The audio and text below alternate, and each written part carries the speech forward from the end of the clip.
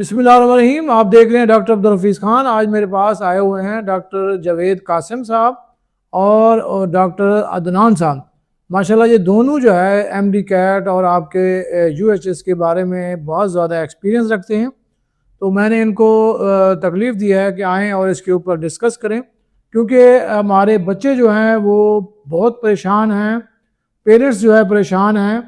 इसी तरह जैसे एक हमें ऐसे फील होता है जैसे हमारे अपने बच्चे हैं, क्योंकि हमारे बच्चे भी आने वाले हैं। तो इसको हमने बड़ा डीपली सोच के हमने इसको ज़रा डिस्कस किया है कि इसको हर बच्चे को फ़ायदा हो, चाहे वो फ्रेशर का है, चाहे वो ओल्ड है, न्यू है, कोई भी बच्चा है, रिपीटर वाला है, फ्रेशर वाला है, उसको फ़ायदा हो।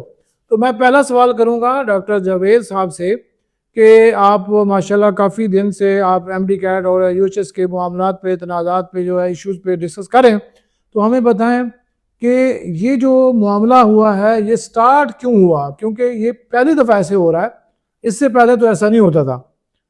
जी जवेद साहब। अस्सलाम वालेकुम वीर, कैसे हैं आप? सब ठीक है। इसका जो मेन मसला है सर वो ऐसे हुआ कि 2024 का जो एग्ज़ाम था वो बहुत इजी था एमडी कैट का। वहाँ पे स्टूडेंट्स ने 90, 91% से भी इजाफी मार्क्स लिए हुए थे। जब एमडी कैट 2025 का हुआ तो वो कदरे टफ था।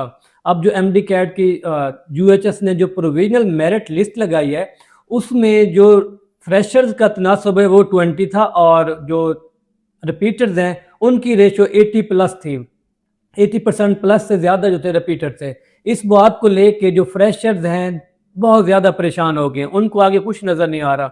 यानी कि 3600 अगर सीट्स हैं तो उसमें से कोई 500-600-700 तक फ्रेशर्स हैं, बाकी जो हैं रिपीटर्स हैं। इसलिए उन्होंने एक केस डाला हुआ है अदालत के अंदर, जिसकी सुनवाई 8 तारीख को होनी थी, बट वो 8 को नहीं हुई। उसकी सुनवाई 9 तारीख को हुई है। उसका ये हुआ है कि 9 तारीख को तो जज साहब ने दोनों फरीकैन के जो हैं दलाइल सुन लिए हैं। जब दलाइल सुने उसके बाद जो उसका स्टेटस जा रहा है वो पेंडिंग में जा रहा है। अब जब भी उसका कोई डिसीजन होता है, अगर वो डिसीजन फ्रेशर्स के हक में चला जाए तो पॉसिबिलिटी ये है कि जो एडमिशन प्रोसेस है वो दोबारा स्टार्ट हो। बट मोस्ट प्रोबेबली ऐसा लग रहा है कि अगर कोई ऐसा डिसीजन आता भी है तो वो नेक्स्ट ईयर वाले जो एमडी कैट 2026 वाले हैं उनके ऊपर लागू होगा। अभी नहीं है, इसमें नहीं आएगा। इसमें नहीं आएगा सर, पॉसिबिलिटी यही है। सही सही। मतलब अभी जो इस्लामाबाद हाई कोर्ट का भी आना है फैसला। जी जी, इस्लामाबाद हाई कोर्ट और उसके बाद ही, लेकिन ये बच्चों ने एक दफ़ा स्टे भी कराने की कोशिश की है कि इस जो प्रोसेस चल रहा है इसको स्टे किया जाए, लेकिन मेरे ख्याल अदालत ने। जी सर, ऐसा हुआ है कि उन्होंने रिक्वेस्ट की थी स्टे ऑर्डर की, बट जज साहबान ने जो है स्टे ऑर्डर के लिए उन्होंने मौक़िफ़ अपनाया था फ्रेशर्स ने, बट वहाँ से कोई स्टे उनको नहीं मिला। चलें, अब मेरी गुजारिश है डॉक्टर अदनान साहब से कि आप बताएं कि आज इस जब सूरत हाल में वो बच्चे जो है वो क्या सोच रहे हैं और वो क्या करें, उनका कोई मुस्तकबिल किस ऐसे लटक रहा है, उनको बेचारों को बड़ी परेशानी है। तो इसके बारे में आप बताएं कि भी वो हर बच्चा ही चाहता मैं डॉक्टर बनूँ। बहुत शुक्रिया हाफिज़ साहब। इसमें यह है कि जब भी फ्रेशर और रिपीटर के हवाले से कन्फ्यूजन क्रिएट हुई है कि हमने क्या करना है, तो उसमें जब तक इसका फ़ैसला नहीं आएगा कोर्ट के हवाले से तो उसके लिए हम बच्चों के लिए भी डिसाइड करना थोड़ा सा मुश्किल है कि हमने क्या करना है। पहली बात तो ये है कि ये क्लैरिटी हो कि भाई इक्विवेलेंसी मिलेगी, फ्रेशर और रिपीटर्स को इक्वली जो है ना मौका मिलेगा कम्पीट करने का और सीटों को ऑक्यूपाई करने का। सही सही। लेकिन उसमें आप देखें ना 2800 जो है वो रिपीटर वाले आए हुए हैं और 600 जो है फ्रेशर है। जबकि जो मेरी अपनी राय है वो ये है कि फ्रेशर को मौका ज़्यादा देना चाहिए। बिल्कुल ऐसे ही है, फ्रेशर को जो है ना मौका मिलना चाहिए। रिपीटर्स ये है कि उनका किसी और फील्ड में भी थोड़े बहुत चांसेस चल रहे होते हैं। सही। लेकिन मेन चीज़ ये है कि जो है ना ट्रांसपेरेंसी होनी चाहिए, हर किसी को इक्वली कम्पीट करने का मौका मिलना चाहिए। वो थोड़ा सा इसमें प्रॉब्लम है। तो इंट्रा कोर्ट अपील जो चल रही है उसका फैसला, जैसे जवेद भाई ने बताया, कभी पेंडिंग जा रहा है, तो वो जैसे ही क्लियर होगा तो फिर थोड़ा सा बच्चों को वासे होगा कि हमने इसी फील्ड में हमारी स्पेस बनेगी या हमने किसी और तरफ मूव करना है। सही। अब मैं जो है डॉक्टर जावेद साहब से ये सवाल पूछना है कि जो बच्चे पिछले साल उनके एडमिशन हो चुके हैं मुख्तलिफ मेडिकल कॉलेजों में, अब उनको कोई और अच्छा उनको ऑप्शन मिल गया है, तो वो बच्चे छोड़ के आएंगे, वो अपनी सीट भी ज़ाया करें और इधर आके वो यहाँ पे रहें, इधर उनका सेटिंग कैसे होती है, 1 साल भी जाया करेंगे। जी सर। तो मेरी बात ये समझ नहीं आ रही कि वो क्यों ऐसा करें सर बच्चे। ये देखें कि लास्ट ईयर जिनका एडमिशन हुआ था एमडी कैट देने के बाद यूएचएस ने, बहुत सारे स्टूडेंट 500 प्लस स्टूडेंट हैं जिन्होंने इस साल दोबारा अप्लाई कर दिया है। दोबारा कर दी। अगर उन्होंने लास्ट टाइम जब अप्लाई किया था उन्होंने 500 प्लस सीट जो है ऑक्युपाइड की। अगर वो उस टाइम वो अप्लाई ना करते, जो पीछे स्टूडेंट्स रह गए थे उनकी जगह पे वो चले जाते, तो वो इस साल अप्लाई कर सकते थे। अगर उन लोगों का एडमिशन हो गया है तो दोबारा उनको चाहिए कि वो 1 साल ज़ाया ना करें। अगर वापस आ जाते हैं, यानी कि अगर 3500 सीट है, जब 500 वो बच्चे आ जाएंगे तो 3000 सीट बन जाएंगे। अगले साल क्या होगा, यही बच्चे जो फिर दूसरे कॉलेजेस में गए हुए हैं इन्होंने फिर दोबारा अप्लाई कर देना है। ऐसा कोई रूल ऑफ लॉ लेके आना चाहिए कि जो ऑलरेडी इनरोल्ड स्टूडेंट्स हैं वो दोबारा अप्लाई ही ना कर सकें। जब दोबारा अप्लाई नहीं करेंगे, एक तो टाइम बच जाएगा स्टूडेंट्स का, और बहुत सारे स्टूडेंट्स को और ज़्यादा मौके मिल जाएंगे कि वो एडमिशन करा सकें। मैं कल भी एक वीडियो बना रहा था, उसमें मैं यही कह रहा था कि जितने भी ऑलरेडी इनरोल स्टूडेंट्स हैं ना, उनको चाहिए कि वो अपना साल भी ज़ाया ना करें। और माशी ये नहीं कि सारे जो बच्चे गए होते हैं मेडिकल कॉलेज में, सब के जो पेरेंट्स हैं वो अफोर्ड कर सकें। बहुत सारे स्टूडेंट्स ऐसे होते हैं जिनकी माशी हालात जो होते हैं वो इतने नहीं होते कि वो 1 साल का अखराजात दोबारा बर्दाश्त करें। सही बात है। जब वो ऐसे चले जाते हैं, मिसाल के तौर पर चेंज कर लेते हैं अपने कुलीग से, तो 1 साल पीछे रह जाएंगे। FCPS अगर उन्होंने देने हैं वो भी 1 साल पीछे रह जाएगा। अगर उन्होंने कोई अपना सेटअप करना है वो भी 1 साल पीछे चले जाएंगे। उनके जो अपने कुलीग्स क्लास फेलोज होंगे वो आगे चले जाएंगे, ये नहीं कि ये उनके जूनियर बन जाएंगे। तो मैं तो यही कहता हूँ जितने भी स्टूडेंट्स ऑलरेडी इनरोल्ड हैं कि आप लोग ज्वाइनिंग ही ना दें, ताकि जो स्टूडेंट पीछे रह रहे हैं जिनका मेरिट बन रहा है और आप लोगों के आने की वजह से उनके जो मेरिट के रास्ते है, दरवाज़ा है वो बंद है, अगर आप लोग नहीं जाते तो इसका बेनिफिट जो पीछे स्टूडेंट्स रह रहे हैं उनको बहुत ज़्यादा होना है। बिल्कुल सही कह रहे हैं। अब मैं यही सवाल करूंगा डॉक्टर अदनान साहब से कि आपकी क्या राय है इस मामले में, ताकि वो जो है उनको हमें सही गाइड करें ज़रा। सर इसमें ये है कि एक तो जैसे जावेद भाई ने कहा है कि जो ये रिपीटर्स हैं उनको पहले देखना चाहिए कि हमारी स्पेस बनती है या नहीं बनती। दूसरी बात ये है कि जो भी डिसीजन आता है कोर्ट का उसको भी फॉलो किया जाएगा। और अगली बात ये है कि जो मेडिकल है वो ज़िंदगी का इख्तिताम नहीं है, जो बाकी ऑप्शंस हैं उसको भी एक्सप्लोर करना चाहिए, जैसे फार्मेसी है, नर्सिंग है, या बाकी अलाइड हेल्थ प्रोफेशनल्स की जितनी भी फील्ड्स हैं। इसके अलावा बाकी प्रोफेशनल फील्ड्स हैं, CA है, उसके बाद IT का शोबा आजकल बहुत ज़्यादा टॉप पे जा रहा है, तो उसमें भी एक्सप्लोर करना चाहिए, क्योंकि अगला जो दौर है वो IT का है। तो उसमें जैसे ही बच्चे जाएंगे तो उनका जो है ना ग्रो करने का जो चांस है वो ज़्यादा बढ़ जाएगा। तो इसलिए बाकी जो ऑप्शंस हैं उनको भी कंसीडर करना चाहिए। ये येस या नो का मामला नहीं है, इसमें जो है ना फ्लेक्सिबिलिटी शो करनी चाहिए। कुछ बच्चे स्टूडेंट्स ऐसे होते हैं जिनका ना भी बने तो वो 3 साल 4 साल MD कैट के साथ लटके रहते हैं कि हम दोबारा देंगे, टाइम भी ज़ाया, तो वो उनका टाइम भी ज़ाया होता है, उनका जो टैलेंट है वो भी ज़ाया होता है, उम्र भी उनकी जा रही होती है, और आगे जो उन्हें फिर एक्सेल करना होता है लाइफ में वो भी थोड़ा सा, क्योंकि जब आप 3-4 बार देते हैं तो उसके बाद आपका जो कॉन्फिडेंस है वो थोड़ा सा लो हो जाता है। बिल्कुल सही। भाई ये बताएं जो ये हाइप जा रहा है MD कैट पर, हमने कितना हाइप कर लिया, इसकी क्या वजह है? हाइप बेसिकली एक तो सोसाइटी है, और हर पेरेंट चाहता है कि मेरा बच्चा जो है ना डॉक्टर बने या फिर बेटी जो है ना वो डॉक्टर बने, तो उस वजह से जो है ना हाइप क्रिएट होती है। फिर कुछ बच्चे जो है ना वो जायदादें बेच के भी इस तरफ जा रहे होते हैं प्राइवेट के हवाले से, वो चीज़ें भी साथ है।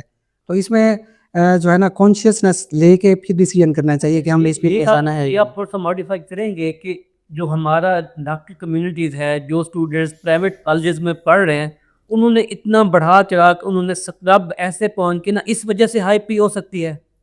ऐसी चीज़ें वो शो कराते हैं, किसी के पास क्या है, किसी के पास क्या है, क्योंकि जो लोअर तबके के स्टूडेंट्स जाते हैं उनके लिए तो ये चीज़ें अफोर्ड करना बहुत मुश्किल है।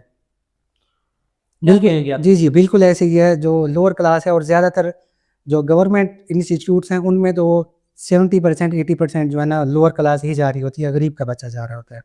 जो प्राइवेट हैं उसमें फिर जैसे आप कह रहे हैं कि ना बहुत ज़्यादा हाइप दिखाई जाती है और हर चीज़ को ना सब अच्छा है कि रिपोर्ट दी जाती है कि बहुत मज़े हैं इस फील्ड में, कोई स्ट्रगल नहीं है। लेकिन असल बात यह है कि आपको जो है ना अपने रिसोर्सेज को देख के डिसाइड करना चाहिए कि हमने किस साइड पे जाना है। बिल्कुल। और अक्सर बच्चे ये मिले हैं, कुछ बच्चे वो तो साइको हो पे हैं, उनको तो डिप्रेशन एंग्जाइटी वाले सिम्टम्स आ रहे हैं। जी सर, कल भी कुछ स्टूडेंट्स के कमेंट्स आ रहे थे यही कि हमें हमारा हक दिया जाए। ये फ्रेशर्स के कमेंट्स थे, वो बहुत ज़्यादा परेशान हैं।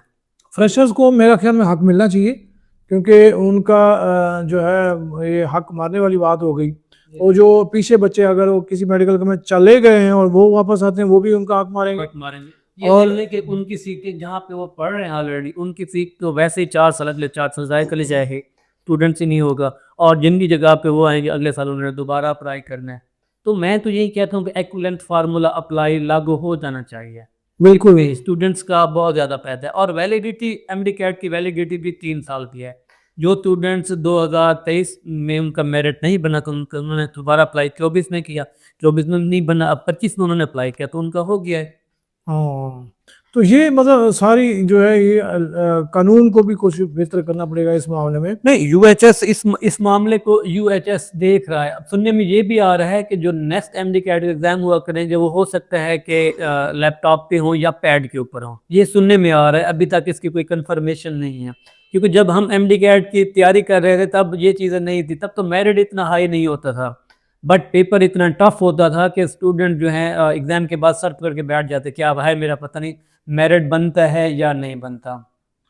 चले अब इसको हम थोड़ा शार्ट करते हैं और ये करते हैं कि जो बच्चा जिसका मेरिट नहीं बना खुदा ना खास्ता, और वो बच्चा अपने आप को किस लेवल पे रखे और वो आगे उसका इतना बड़े फील्ड्स हैं, जी सर। वो उनको प्रॉपर गाइड कोई नहीं करा। तो इस तरह है कि कुछ स्टूडेंट्स, ये नहीं कि सारे स्टूडेंट ने रिपीट करने हैं। जो स्टूडेंट जिनका पैशन है या जिनको जस्ट टैग चाहिए उनको तो नहीं चाहिए कि वो दोबारा रिपीट करें, और जिनका पैशन है कि हमने डॉक्टर बनना है तो वो अगले साल दोबारा ट्राई करें, रिपीट करें, फोकस करें उन चीज़ों के ऊपर जो जो जिनकी वजह से इस साल उनका मेरिट नहीं बन पाया। क्योंकि एक चीज़ होती है टाइम कैलकुलेशन, एमडी कैट के अंदर टाइम कैलकुलेशन बहुत मैटर करती है।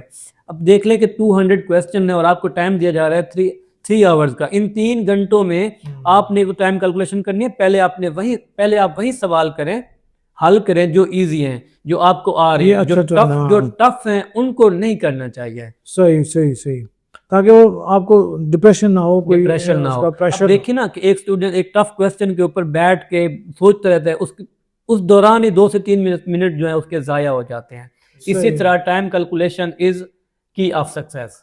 अब नेक्स्ट है कि अब जो बच्चा बाहर जाए या वो कोई और फील्ड चूज करे, उसके लिए क्या ऑप्शन? जो बच्चा बाहर जाना चाहता है, अगर उसका पैशन फिर भी एमबीबीएस है, तो मैं तो यही कहता हूँ स्टूडेंट्स को आप लोग चाइना चले जाएं। क्योंकि चाइना आने वाले दिनों में उनकी जो मेडिकल टेक्नोलॉजी है वो पीक पे जा रही है। वो इतने स्टूडेंट्स को अपनी तरफ बुला रहे हैं कि मैं कल पढ़ रहा था उनका कि वो चाहते हैं कि पूरी दुनिया के अंदर जो चाइनीज़ मेडिकल सिस्टम है वो राइज हो जाए।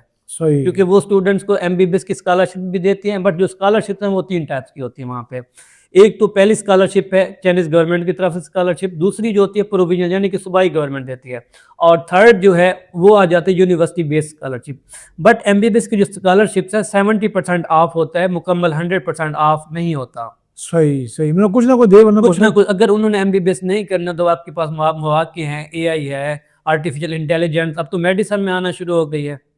अनकरीब ये एआई जो है डॉक्टर के साथ काम करेगी, डॉक्टर को रिप्लेस नहीं कर सकेगी। साइबर है, मतलब उसमें डाटा है, डाटा कलेक्शन हो गया, साइबर सिक्योरिटी होगी, बायोमेडिकल इंजीनियरिंग होगी, बायोमेडिकल साइंस होगी, बहुत सारे मौके हैं। अमेरिका में ऑप्टोमेट्री का बड़ा रोल है, यानी जो बीएस ऑप्टोमेट्री है उसका बहुत अच्छी पे है। और वो ये देखें कि बीएसएन नर्सिंग का जो है आप चले जाएं एशियन कंट्री के अंदर 30 लाख है उसमें, 30 लाख है। कुवैत में आप चले जाएं, यूके में चले जाएं, इनकी सैलरीज जो है ना डॉक्टर से बहुत ज्यादा हैं। क्योंकि इनकी जो सर्विस है नर्सिंग वालों की वो डॉक्टर से ज्यादा टफ है। सबसे ज्यादा जो मेहनत कर रहे होते हैं हॉस्पिटल के अंदर वो नर्सेज होते हैं। वो सुबह 8 से 2 तक ड्यूटी करती हैं, उन्होंने सारी मेडिकेशन करनी होती है, सारे हॉस्पिटल उन्होंने संभाला होता है।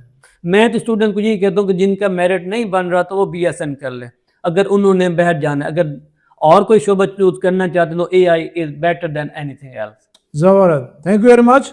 आप दोनों का शुक्रिया, आप आए मेरे पास, बड़ी खुशी हुई। अब हम नेक्स्ट करेंगे। बहुत शुक्रिया जी, अस्सलाम वालेकुम।